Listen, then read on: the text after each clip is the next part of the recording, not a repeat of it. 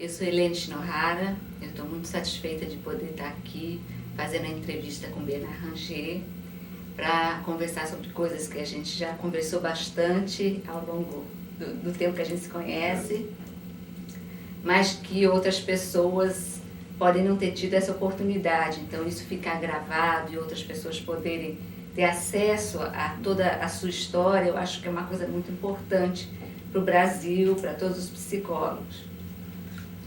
Então eu acho que a gente vai fazer tipo uma viagem no tempo, onde você vai contando como as coisas aconteceram até chegar aos dias de hoje, né?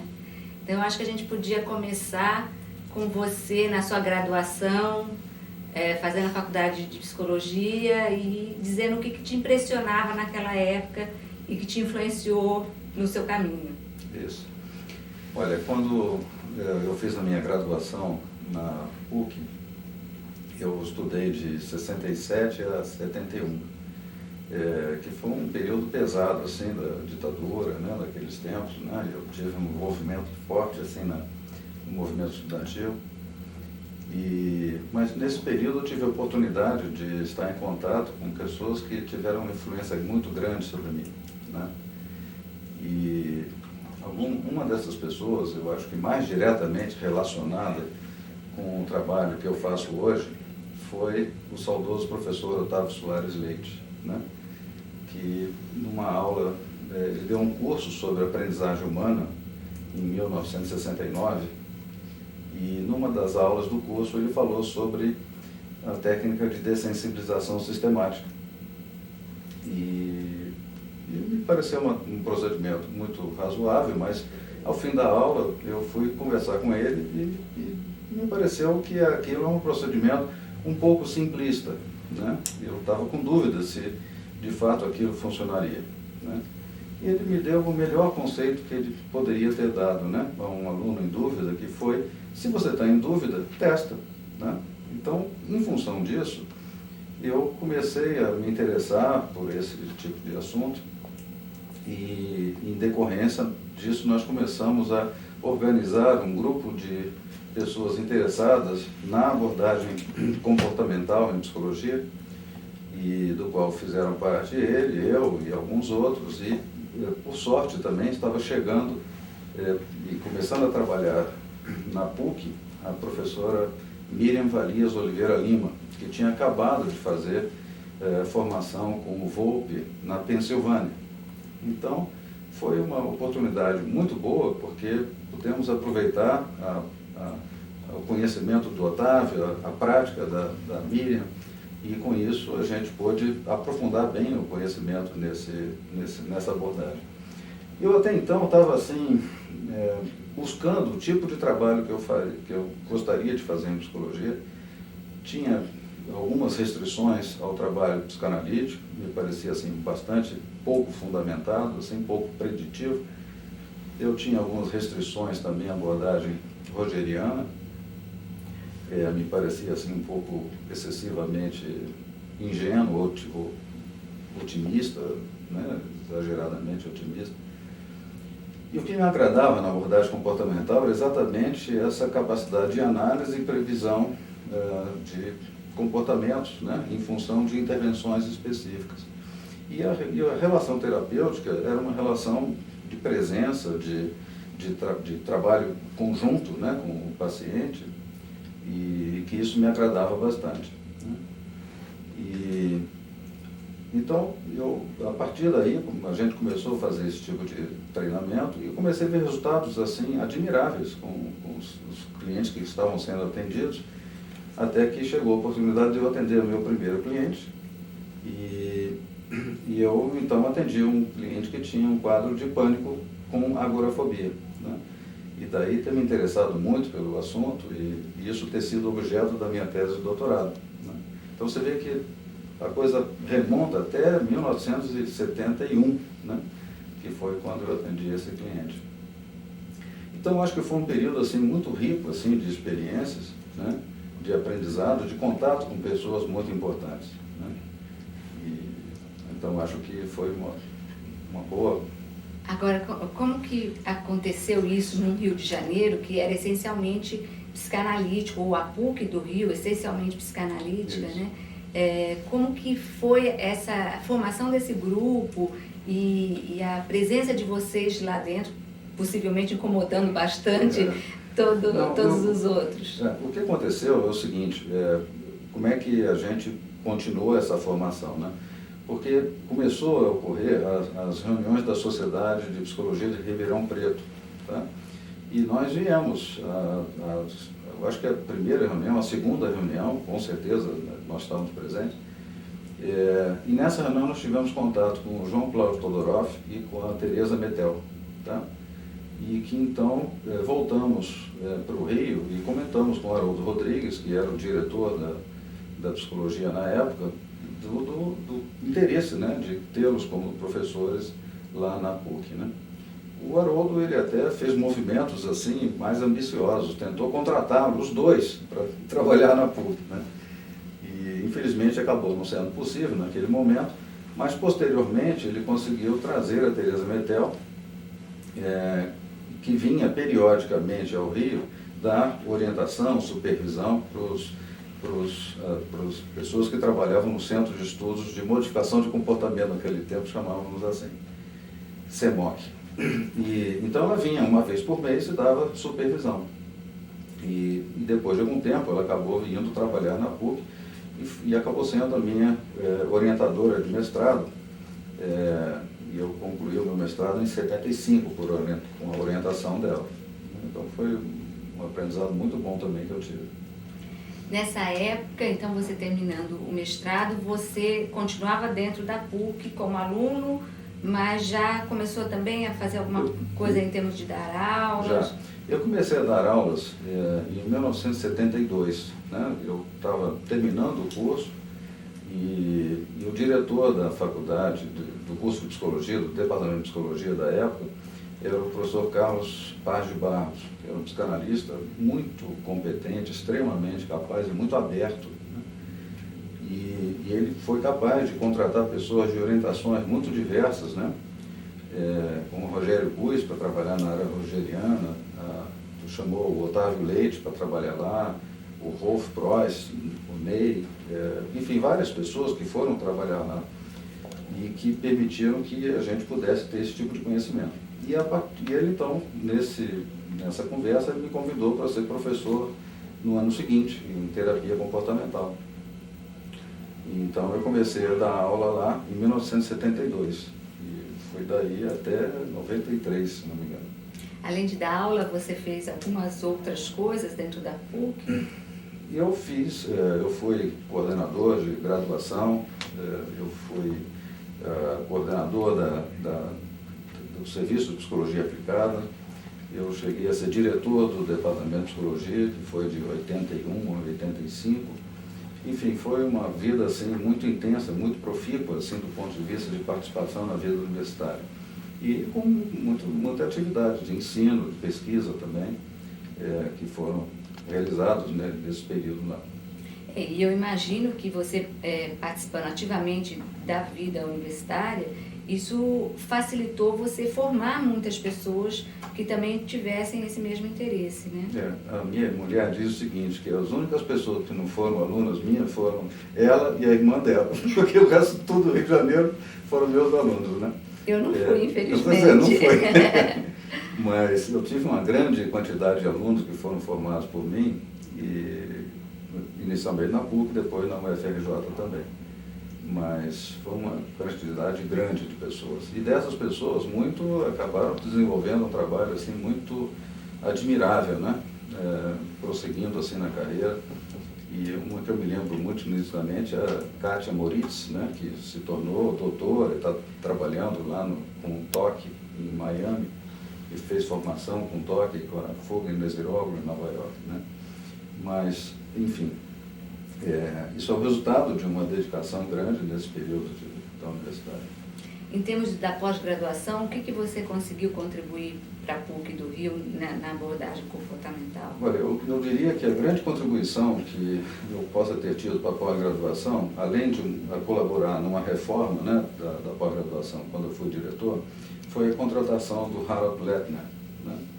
O Harold Lettner chegou meio que de paraquedas no Rio de Janeiro, e aí ele chegou lá procurando trabalho, e entrevistando ele eu tive a oportunidade de conhecê-lo e ver, e perceber que ele era uma pessoa extremamente competente e produtiva, empreendedora e tal. E então, numa reunião com vários outros colegas, nós estávamos precisando de pessoas com titulação, e ele já tinha doutorado, tinha até pós-doutorado, então nós o contratamos para trabalhar na PUC.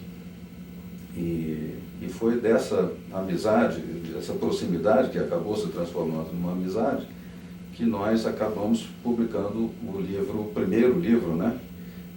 Manual de Psicoterapia Comportamental, em colaboração minha, do Harold Lettner e comigo, né? E esse livro teve a colaboração de vários psicólogos brasileiros, né, da abordagem comportamental, e muitos colaboradores também do exterior, né? Então foi um marco, assim, e que o objetivo era ser mais ou menos um complementar ao livro do Heman Masters, que é Terapia Comportamental, que me apresentava muito isso em termos de técnicas de intervenção, e esse apresentava mais quadros de tratamento, né? Então acho que foi um resultado assim muito significativo, me deu muita satisfação. E eu lembro que nessa época foi uma época muito rica, assim, nesse sentido de, para escrever o livro, vocês viajavam muito, faziam muito contatos com outros terapeutas em outros estados, né? E isso fez com que houvesse uma aproximação também das pessoas que estavam trabalhando dessa forma em outros lugares. Isso. Como que foi esse contato, esse processo? Olha, na verdade, quer dizer, isso acabou sendo uma decorrência do livro, né? Porque a gente fazendo contato com pessoas, as pessoas encaminhavam seus capítulos e a gente publicou o livro. E isso acabou dando uma visibilidade maior, e então isso acabou, em algum momento, houve uma associação chamada Latini Dias, que era uma associação de associações de terapia comportamental de língua latina, né? Então envolvia pessoas na área da França, da Bélgica, da Itália, de Portugal, da Espanha, enfim, dos países de língua latina, e que estavam querendo fazer contato com algum tipo de associação nacional de abordagem comportamental.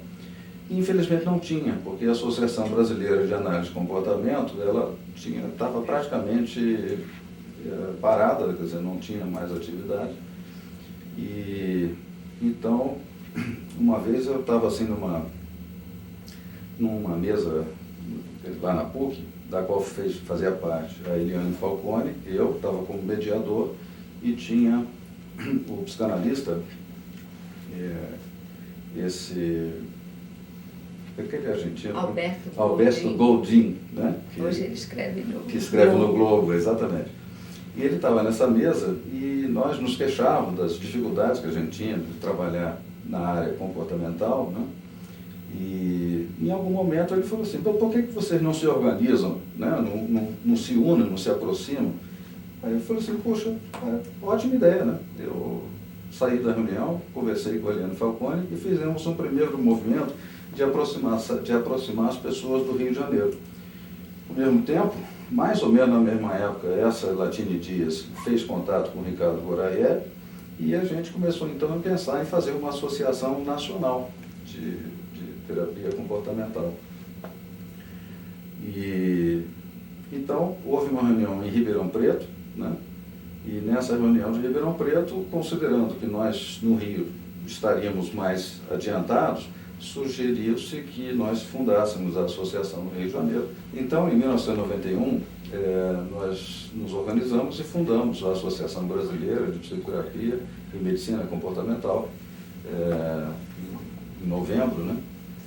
Aliás, no início de dezembro, não foi nem em novembro. Novembro tinha sido a reunião lá de Ribeirão Preto. Então, foi fundada a reunião da associação no Rio de Janeiro nessa noite.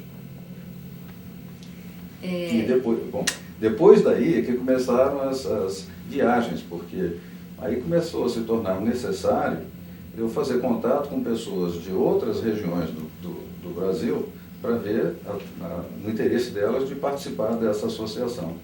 Então eu fui em viagens para São Paulo, Campinas, né?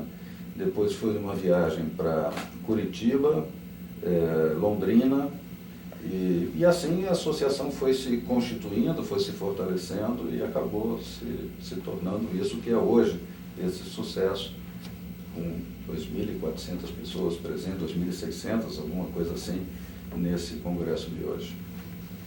E nessa época, o que mais estava acontecendo, assim, em termos dos seus interesses, que tipo de coisa estava influenciando o seu trabalho? Aí a gente já está no início da década de 90, o que começou a acontecer nessa fase? Olha, o que começou a acontecer nessa fase, né, sobre os interesses que eu estava tendo, é que eu comecei a me sentir cada vez mais influenciado, né, pelo pensamento de uma visão mais cognitiva em psicologia, né.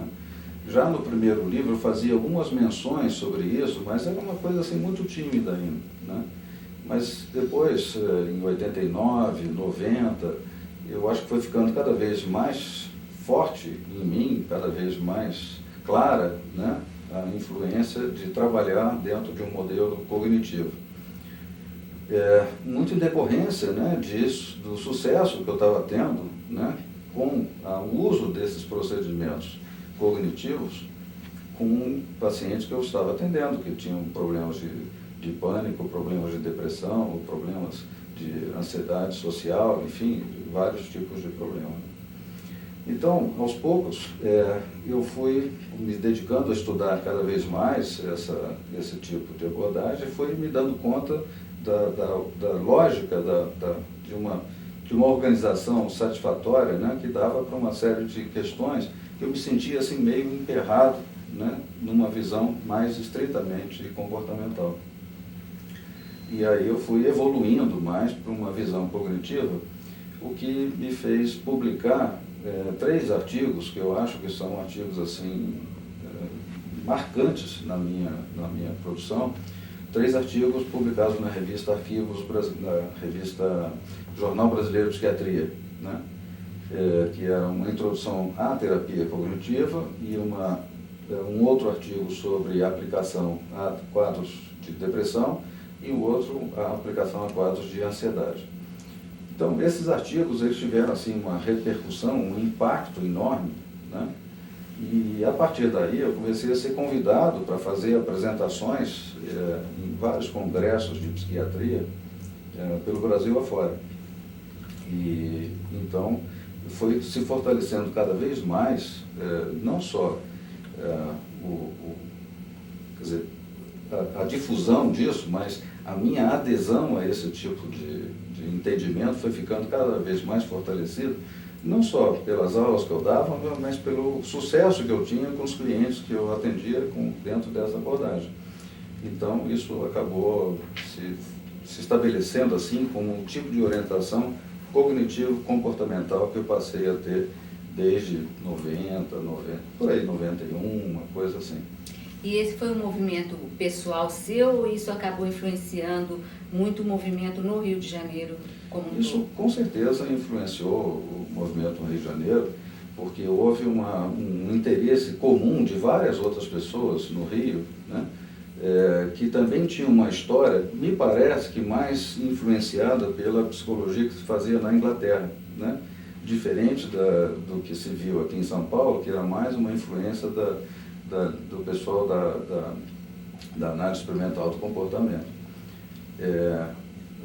Eu diria que muito dessa nossa influência teve a ver com o fato da gente ter tido interesse em estudar autores como o Volpe, o Eysenck e vários outros pesquisadores que trabalhavam num modelo mais não tão ligado à análise experimental do comportamento, mas num modelo que admitia também a influência, né, de outras variáveis além da daquelas estritamente descritas na análise experimental do comportamento. E assim tinha gente como você, Helene Shinohara, tinha Eliane Falcone,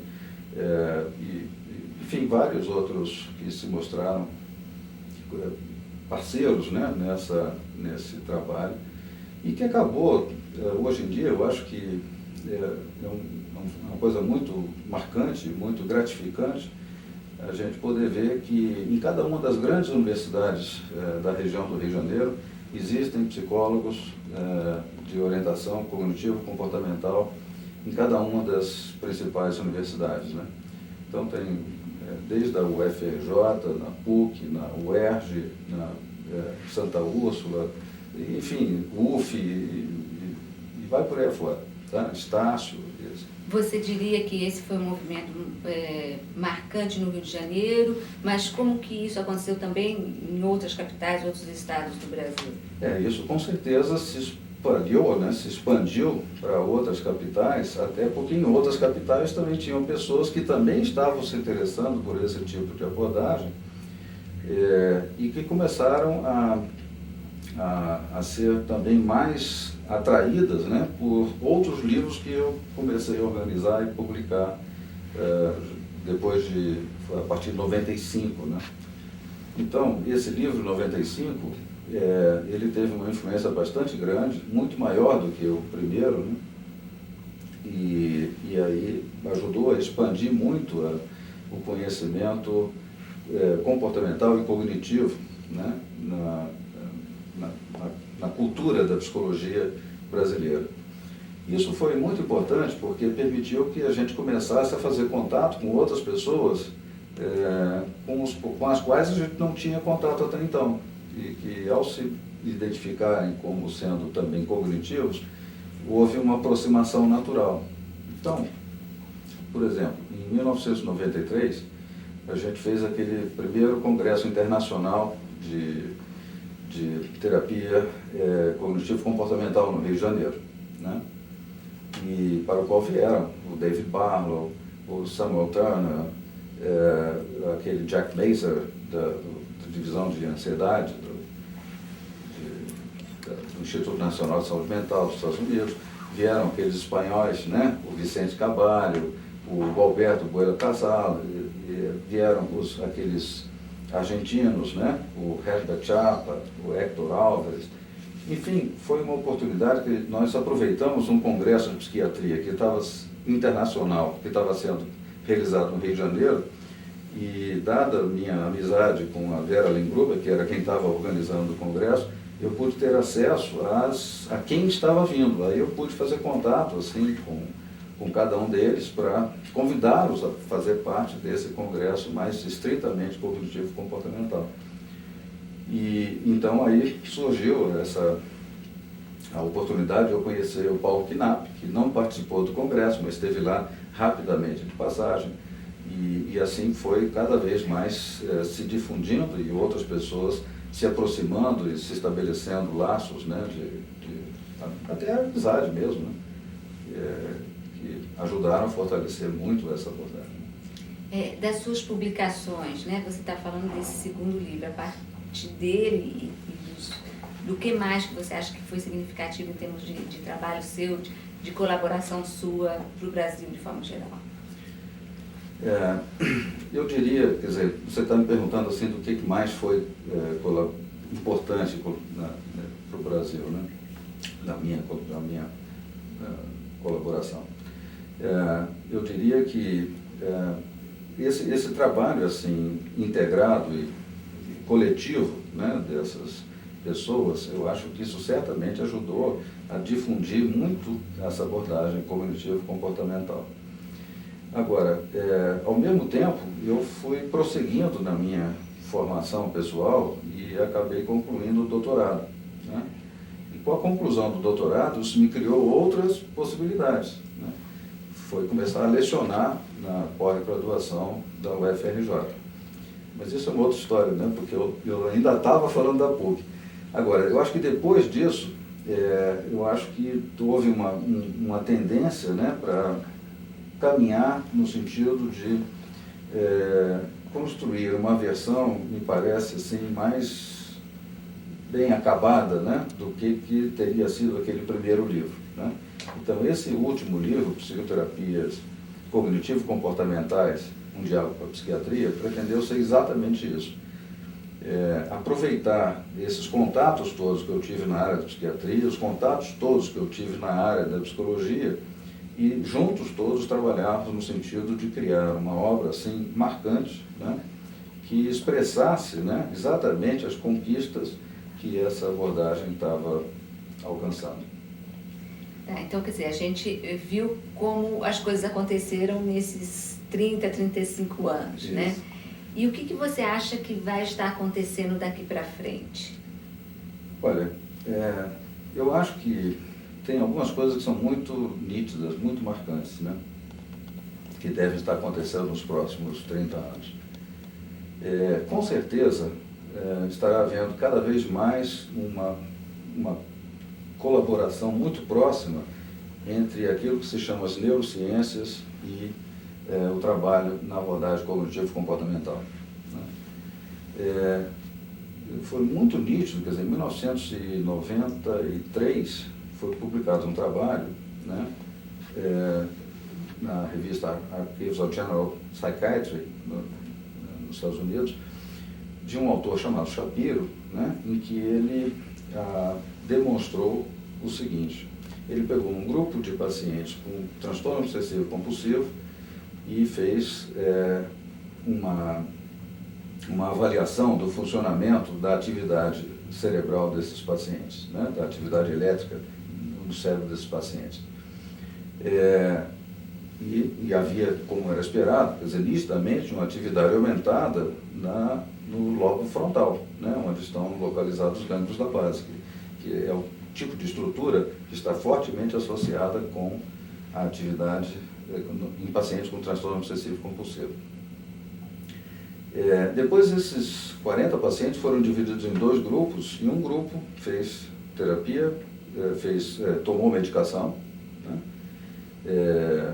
e o outro grupo fez terapia comportamental, cognitiva. E aí, o que aconteceu? Depois de 12 semanas, esses dois grupos foram novamente avaliados pela técnica de avaliação do funcionamento das atividades do cérebro.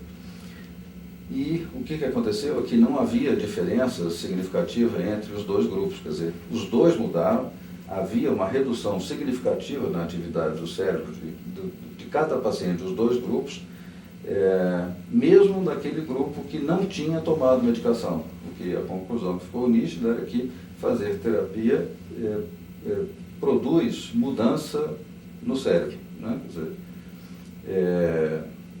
então, isso a partir, eu estou citando esse exemplo, porque esse é apenas um exemplo, mas que é um exemplo muito marcante, mas foi ficando cada vez mais claro, mais nítido, a importância, o uso dessas técnicas de avaliação da atividade cerebral, que é muito característica dessa área de neurociências, né? E isso tem se mostrado cada vez mais, tem replicado esse tipo de trabalho com estresse pós-traumático, com transtorno do pânico, enfim, com toda uma variedade de quadros, né?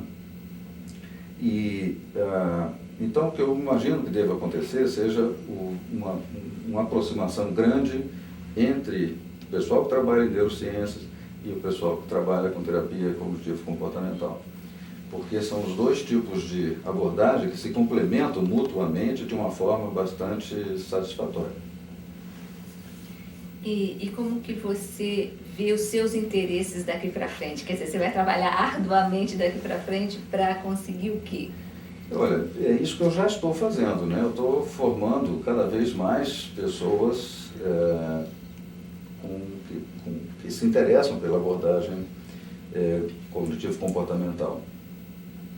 Eu tenho um dado muito claro, né, que foi o seguinte: eu entrei para o UFRJ em 1993 e eu propus uma primeira equipe em 1994. Nessa primeira equipe apareceram 6 pessoas interessadas. Tá bom, eu aceitei as 6 e comecei a trabalhar com as 6. 10 anos depois, né, foi em 2004 que nós estamos, aliás não foi 10 anos, foi 9 anos, foi no ano passado, houve uma atividade, antes das atividades docentes, né? Uma espécie de semana da psicologia, em que então havia uma sala que estava tão superlotada, né, de pessoas interessadas no trabalho de terapia cognitivo-comportamental. Quem que estava aparecendo esse trabalho? Eram os estagiários que vieram sendo formados nesse tempo todo, que já estavam fazendo parte do programa de mestrado, eventualmente algum até de doutorado, e que eu acho que isso é o resultado desse trabalho, desse esforço, desse investimento nesses anos todos, né? Então, eu acho que não é uma coisa que eu pretenda fazer, mas é uma coisa que eu já estou fazendo e que me deixa muito contente, muito satisfeito e que me deixa muito orgulhoso também. Eu particularmente te conhecendo e sendo sua amiga há muito tempo, né, eu acompanhei cada uma dessas coisas e acho que justamente esse espírito empreendedor, esse seu jeito de poder lidar com as pessoas de uma forma agradável e cuidadosa foi essencial para toda essa trajetória, né? Então eu acho que você está de parabéns e a gente está muito satisfeito de te conhecer e agradecemos tudo que você tem feito pela abordagem no Rio de Janeiro, no Brasil, e eu acho que você foi essencial. Ok, eu quero agradecer também a oportunidade de poder estar relatando um pouco dessa minha história, para ver se com isso também estimula que outras pessoas também sigam uma trajetória semelhante a essa. Muito obrigado.